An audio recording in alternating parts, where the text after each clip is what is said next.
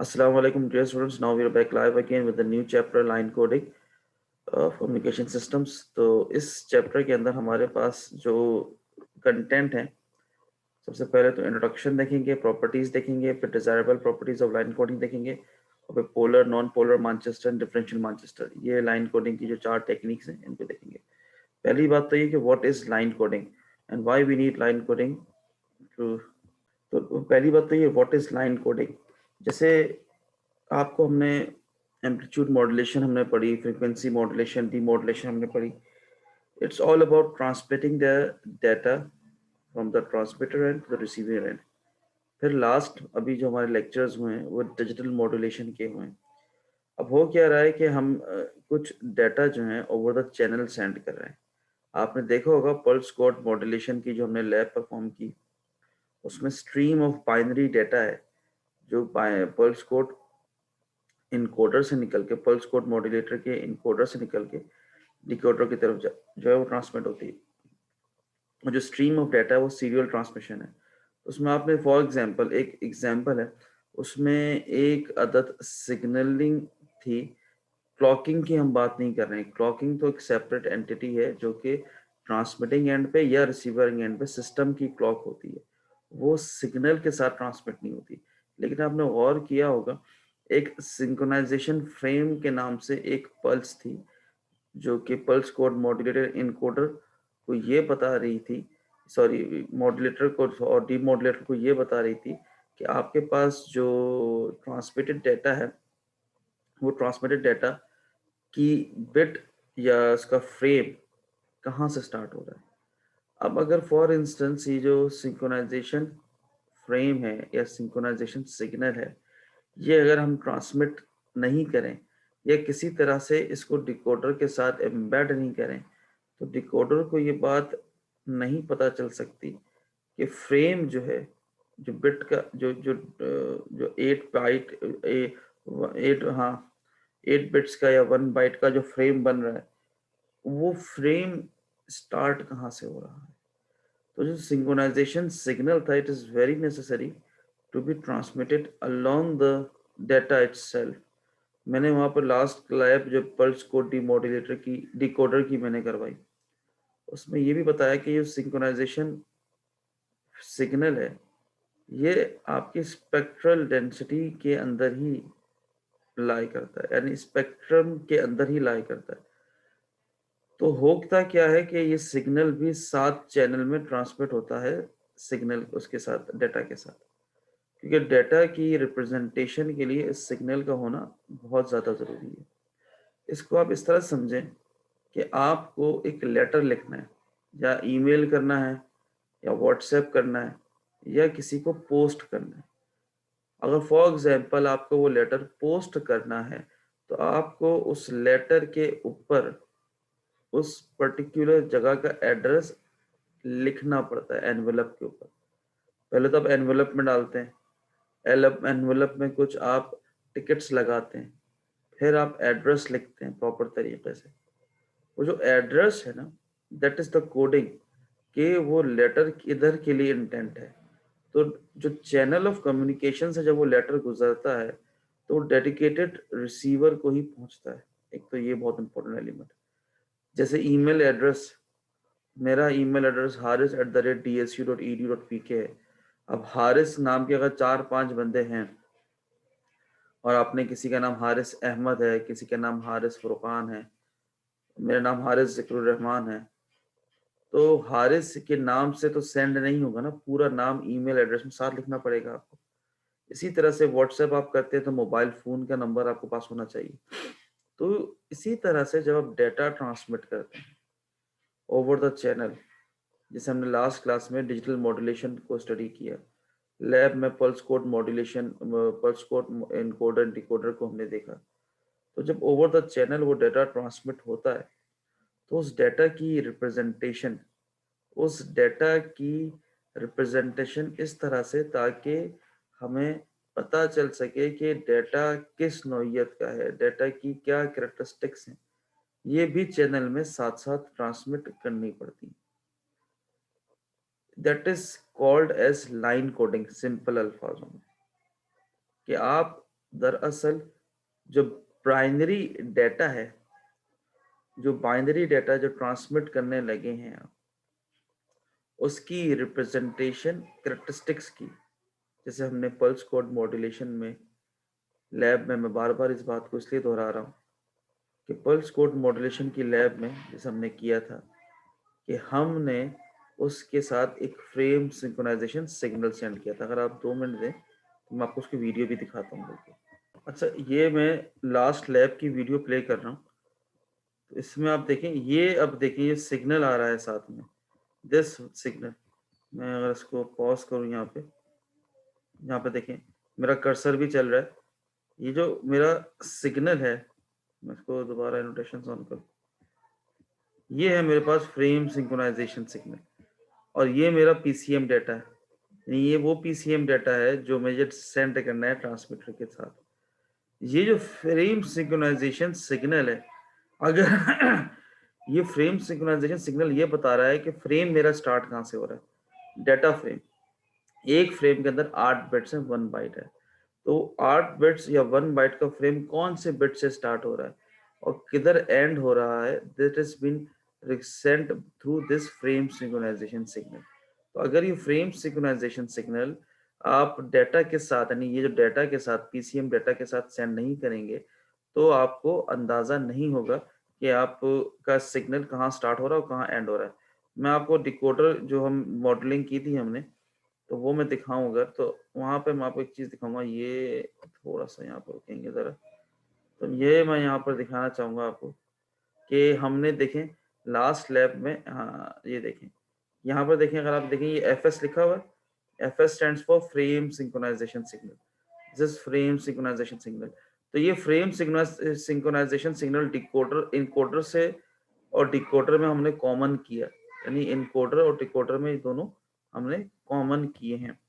Common करने का मकसद ही यही हुआ हमारा कि हम ये बता सकें कि जो चीज ट्रांसमीटर ने उसको क्या इनकोड किया, यानी इसको ट्रांसमीटर जिस तरह से इनकोड किया, वो डिकोडर तक वही चीज पहुंच सके और डिकोडर भी सेम रेट पे सिंक्रोनाइज हो सके। तो पीसीएम डाटा तो एज इट इज ट्रांसमिट हो रहा है, लेकिन पीसीएम डाटा सिर्फ अकेला ट्रांसमिट नहीं हो रहा। देखिए ये जो मेरा कर्सर चल रहा है, ये पीसीएम डाटा यहाँ लिखा हुआ है, यहाँ से ब्लू वायर थोड़ी ओवरलैप हो रही है येलो के साथ। तो आप थोड़ा इसको देखें, ये ब्लू वायर जो है, ब्लू वायर के ऊपर जो मेरा कर्सर चल रहा है, ये है पीसीएम डाटा का, this PCM data. Is it clear? Second है ये फ्रेम सिंक्रोनाइजेशन सिग्नल।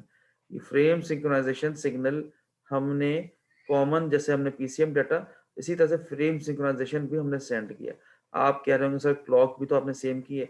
मेरे बच्चों, ये जो क्लॉक है ना, ये इस डिकोडर की एक सेपरेट क्लॉक है, इस इनकोडर की एक सेपरेट क्लॉक है, क्योंकि हमारे पास 100 किलोहर्ट्ज के डिजिटल सिग्नल एक ही जगह से अवेलेबल था, इसलिए हमने कॉमन अप्लाई कर दी।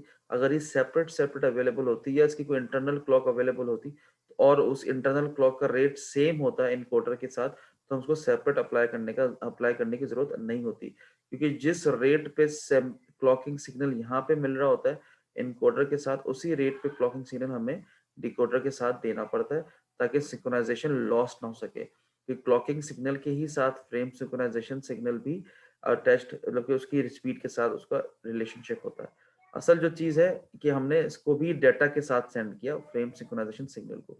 तो ये एक चीज है जो लाइन कोडिंग के हवाले से मैं बताना चाह रहा था आपको कि what is line coding itself is, और लाइन कोडिंग इसलिए क्यों जरूरी है, क्योंकि अगर लाइन कोडिंग हमारे पास नहीं होगी तो प्रॉब्लम्स हमारे पास सिंक्रोनाइजेशन की आती हैं और आती हैं हमारे पास सिंक्रोनाइजेशन प्रॉब्लम्स। तो when a binary data is sent through a link, it is represented by physical quantity in the transport medium. 7 physical वो जो लेयर्स होते हैं, तो आपके पास जो ट्रांसपोर्ट मीडियम है वो फिजिकल क्वांटिटी कौन सी है हमारे पास, करंट है फॉर एग्जांपल। अब मैंने आपसे यही बोला था ना कि एम्पलीट्यूड वेरिएशंस आ रही हैं, दैट एम्पलीट्यूड वेरिएशंस हैं फिजिकल क्वांटिटी में रिप्रेजेंट होती हैं। जैसे आपके पास रजिस्टर के अंदर फिजिकल क्वांटिटी क्या है, करंट है, पोटेंशियल डिफरेंस की वजह से करंट डेवलप होता है। सही। अब आगे अगर हम चलें, in electrical links that usually a voltage और करंट, जो इलेक्ट्रिकल लिंक्स है उसमें वोल्टेज और करंट ही के थ्रू, आपको ये बात याद होगी जब हम बाइनरी डाटा की रिप्रेजेंटेशन शुरू की क्लासेस में पढ़ रहे थे, तो मैंने ये बताया था आपको कि वंस एंड जीरोस इटसेल्फ कुछ नहीं होते, 1 का मतलब होता है एक पर्टिकुलर वोल्टेज लेवल की प्रेजेंस। अगर 5 वोल्ट का सिस्टम है तो 5 वोल्ट की प्रेजेंस। 0 का मतलब है उस 5 वोल्ट की एब्सेंस। ऑप्टिकल सिस्टम है तो intensity of light. Wireless radio links often uses phase and frequency of a carrier signal. जो वायरलेस लिंक्स है वो फेज या फ्रीक्वेंसी को यूटिलाइज करते हैं कैरियर सिग्नल के। तो ये वायर्ड मीडियम में होता है वोल्टेज या करंट। ऑप्टिकल फाइबर में लाइट की डेंसिटी होती है। वायरलेस में ज्यादातर जो होता है वो फेज रिप्रेजेंटेशन से होता है या फ्रीक्वेंसी सिग्नल की रिप्रेजेंटेशन से होता है या फ्रीक्वेंसी ऑफ द सिग्नल उसकी रिप्रेजेंटेशन से हम फिजिकल क्वांटिटी को रिप्रेजेंट करते हैं या वंस एंड जीरोस को रिप्रेजेंट करते हैं। तो लाइन कोडिंग जो है वो ये बताती है कि किस तरीके से वो बाइनरी डाटा जो है वो उस लिंक पर रिप्रेजेंट किया जा रहा है, उस लिंक पे भेजा जा रहा है। यानी आपने जो जो जो चीज रिप्रेजेंट कर रहे हैं ओवर द डाटा, सिर्फ 10101010 ट्रांसमिट कर देंगे तो डिकोडर एंड पे या रिसीवर एंड पे क्या पता चलेगा कि 10 का स्टार्टिंग पॉइंट कहाँ पर है, एंडिंग पॉइंट कहाँ पर है, इसका सैम्पलिंग रेट क्या है, या फॉर इंस्टेंस इसके साथ जो चीज हमारे पास एरर करेक्शन के लिए जरूरी चीजें हैं, वो एरर करेक्शन की जब हम आगे देखें आपको एक एरर नजर आता होगा forward error correction system FEC के नाम से। तो फॉरवर्ड एरर करेक्शन की जो तरीकेकार है उसमें भी लाइन कोडिंग की बहुत ज्यादा इंपॉर्टेंस है कि जब आप उस वक्त तक एरर करेक्शन ये नहीं कर सकते। That is why bit error rate को, बिट का जो एरर है जो कि ट्रांसमिशन के वक्त चैनल में नॉइज की वजह से आता है, तो जो बिट एरर रेट को कम करना के लिए लाइन कोडिंग बहुत ज्यादा जरूरी है। ये हालांकि लाइन कोडिंग में कोई डाटा ट्रांसमिट नहीं होता, लेकिन to reduce the bit error rate, ताकि एरर जो है वो डिटेक्ट हो सके। रिसीविंग एंड पे एरर तो आएगा, ट्रांसमिशन के वक्त बाद जो चैनल से हम गुजारेंगे सिग्नल को, तो सिग्नल के अंदर जो चैनल के अंदर जो नॉइज है वो एक रैंडम एंटिटी है। वो चैनल के उस नॉइज की वजह से सिग्नल हमारा अफेक्ट होगा। वो जो अफेक्ट होगा तो उस अफेक्ट को डिटेक्ट भी करना है, उस नॉइज को डिटेक्ट करना है। सिग्नल के अंदर जो नॉइज प्रेजेंट है एक मखसूस लेवल के बाद अगर सिग्नल की नॉइज होगी तो वो अनडिटेक्टेबल हो जाती है, लेकिन उस मखसूस रेंज के अंदर सिग्नल के अंदर अगर एरर इंड्यूस हो रहा है तो उसको डिटेक्ट करना जरूरी है। उसके लिए हमें लाइन कोडिंग बहुत ज्यादा इंपॉर्टेंस है, उसकी बहुत ज्यादा अहमियत है और इसके लिए वो यूटिलाइज भी होती है।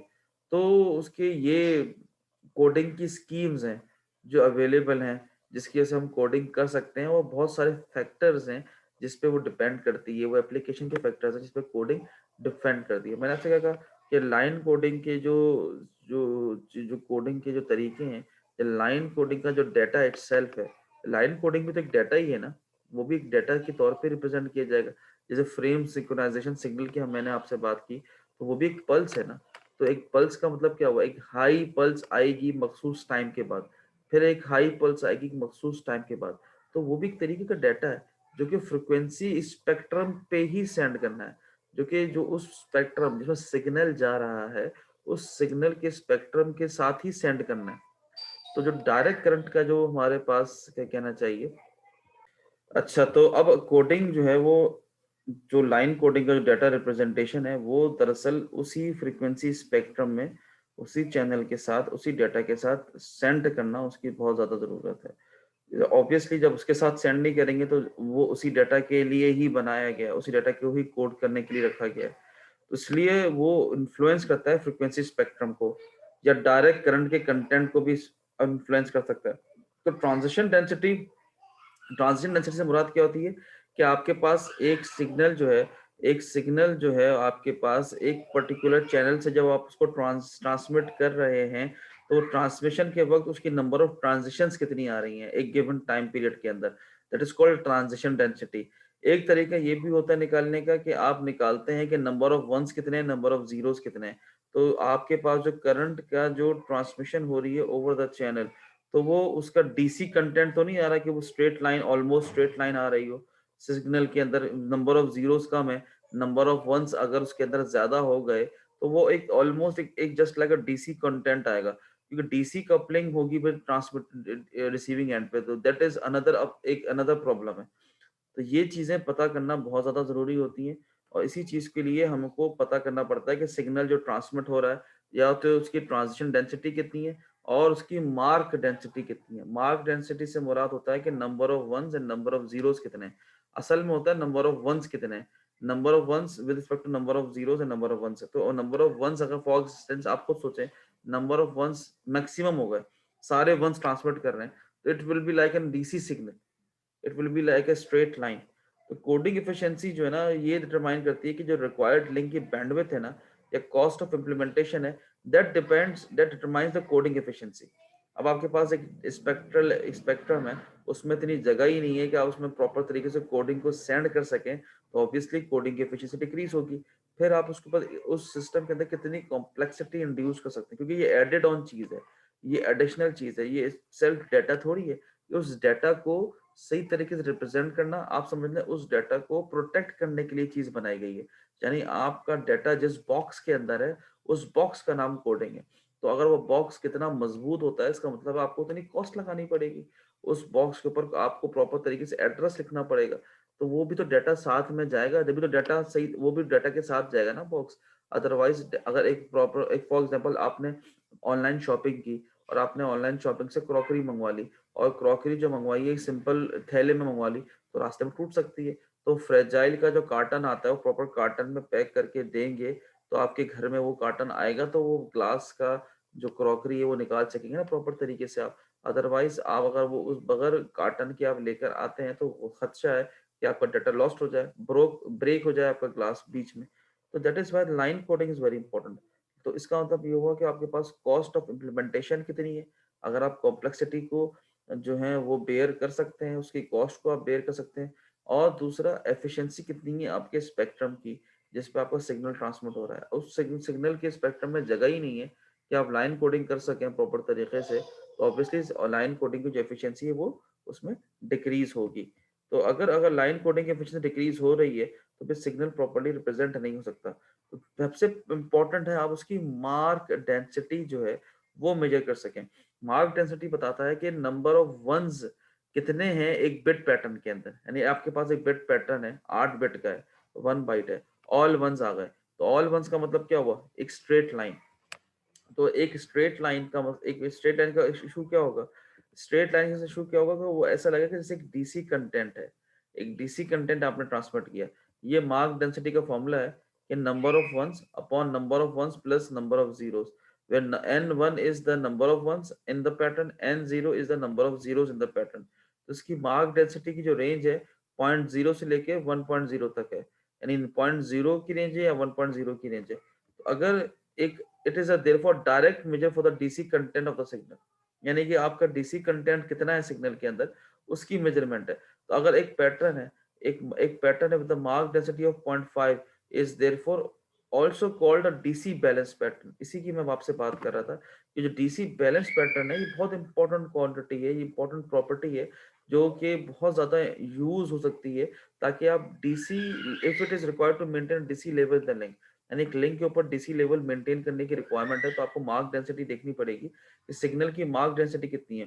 क्योंकि जो दूसरे एम्पलीफायर्स हैं या सिस्टम के कंपोनेंट्स हैं, वो भी डीसी कपल्ड होने चाहिए। अगर डीसी कपल्ड नहीं होंगे, तो आप उसको प्रॉपरली ट्रांसमिट नहीं कर सकते, क्योंकि होगा क्या कि जो ज्यादा इश्यूज हैं वो होते ही इसी वजह से है कि सिस्टम को डीसी कपल करना पड़ता है, और डीसी कपलिंग ही में प्रॉब्लम्स आती हैं हमारे पास। अच्छा, तो ये है हमारे पास मार्क डेंसिटी, क्योंकि डीसी कपलिंग जो है ना, फिर हमको सिस्टम की करनी पड़ती है, जो एम्पलीफायर्स हैं, जो आपके जो दूसरे कंपोनेंट्स हैं सिस्टम के अंदर, तो उनकी जो है वो डीसी कपलिंग हमें करनी पड़ेगी। दैट इज वाई सिस्टम के अंदर जो सिग्नल ट्रांसमिट हो रहा है, उसकी मार्क डेंसिटी वैल्यूट करना बहुत जरूरी है। एक तो मार्क डेंसिटी होती है, दूसरी होती है आपकी ट्रांजिशन डेंसिटी। ट्रांजिशन डेंसिटी ये बताता है कि डाटा पैटर्न है, उसमें कितनी ट्रांजिशन आ रही है। जैसे मार्क डेंसिटी में भी नंबर ऑफ ट्रांजिशंस तो थी, लेकिन नंबर ऑफ ट्रांजिशंस वहां पर हमको दिखा नहीं पा रहे थे।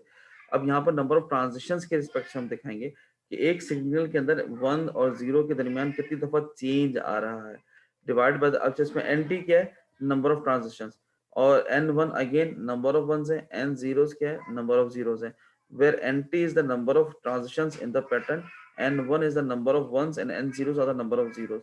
इसकी भी अगेन 0.1 से लेके 1 तक की रेंज होती है। तो ये दो चीजें हैं जो कि हमको सिग्नल में जो है वो कैलकुलेट करनी पड़ती हैं, और इसी के बारे में अगर फॉर एग्जांपल यही आपने कोडिंग करके भेजना है, ये सिग्नल में नंबर ऑफ ट्रांजिशंस कितनी आ रही हैं डिकोडिंग करके वक्त, ये एक इंपॉर्टेंट एलिमेंट है। तो अब अगर फॉर एग्जांपल हमारे पास न्यूमेरिकल है कि कैलकुलेट करें mark density and transition density of the following binary wave forms, तो यहाँ पर आप देख सकते हैं 1 0 0 1 0 1 1। तो आपके पास एक बाइनरी डाटा जो है n1 कितने, नंबर ऑफ वंस कितने हैं, 1 2 3 4। अगर इसकी मार्क डेंसिटी मेजर करें तो कैसे मेजर करेंगे, आपको पहले नंबर ऑफ वंस निकालने पड़ेंगे। कितने नंबर ऑफ वंस है हमारे पास, इसको स्पॉटलाइट पे करते हैं। नंबर ऑफ वंस कितने हैं? एक तो नंबर ऑफ वन 1 2 3 4, ये 4 नंबर ऑफ वंस हैं। और नंबर ऑफ जीरोस कितने हैं, 1 2 3, और नंबर ऑफ जीरोस कितने, 3। तो मार्क डेंसिटी और नंबर ऑफ ट्रांजिशंस कितनी आई। अब नंबर ऑफ ट्रांजिशन कैसे मेजर करेंगे आप, 1 2 3 4, नंबर ऑफ ट्रांजिशंस कितनी है, 4 है। एक ट्रांजिशन तो ये आ गई आपके पास, 1 ट्रांजिशन, दूसरी ट्रांजिशन ये आ गई, तीसरी ट्रांजिशन ये आ गई, चौथी ट्रांजिशन ये आ गई। This is called number of transition. यहाँ तक बात कह रहे हैं बेटा कि पहली बात हम बताते हैं कि नंबर ऑफ वंस कितने हैं, 1 1 2 1 3 1 4 1। अच्छा, इसके बाद नंबर ऑफ जीरोस कितने हैं, 1 2 3। नंबर ऑफ ट्रांजिशंस कितनी है, पहली ट्रांजिशन, दूसरी ट्रांजिशन, तीसरी ट्रांजिशन, चौथी ट्रांजिशन, 4 नंबर ऑफ ट्रांजिशन हमारे पास। तो हमारे पास मार्क डेंसिटी कितनी हो गई, number of ones divided by number of one plus number of zeros. तो हमारे पास मार्क डेंसिटी आई 0.57, और ट्रांजिशन डेंसिटी भी हमारे पास 0.57 आई। ये दोनों देखें चीजें दोनों इक्वलेंट आ रही है कि नंबर ऑफ ट्रांजिशंस कितनी आ रही है और मार्क डेंसिटी कितनी आ रही है। इसी तरह से आप एक सिग्नल की मार्क डेंसिटी भी कैलकुलेट कर सकते हैं और उसकी ट्रांजिशन डेंसिटी भी कैलकुलेट कर सकते हैं। और यही चीज आप डिकोडिंग एंड पे रिसीविंग एंड बता सकते हैं कि हमारे पास नंबर ऑफ वंस, इसकी कितनी मार्क डेंसिटी है, कितनी ट्रांजिशन डेंसिटी, ताकि उस रिसीविंग एंड पे एक कंट्रोलिंग सिग्नल हमारे पास मौजूद हो, ताकि हम उसको दोबारा इवेल्युएट कर सकें। और सिग्नल की अगर डेंसिटी निकालेंगे रिसीविंग एंड पर तो वो भी सेम अगर निकलेगी तो हम कहेंगे सिग्नल में ये चीज, पहली चीज से एरर हमें अंदाजा हो जाएगा कितना एरर इंड्यूस हो रहा है। तो अब अगर हमारे पास जो भी सिग्नल है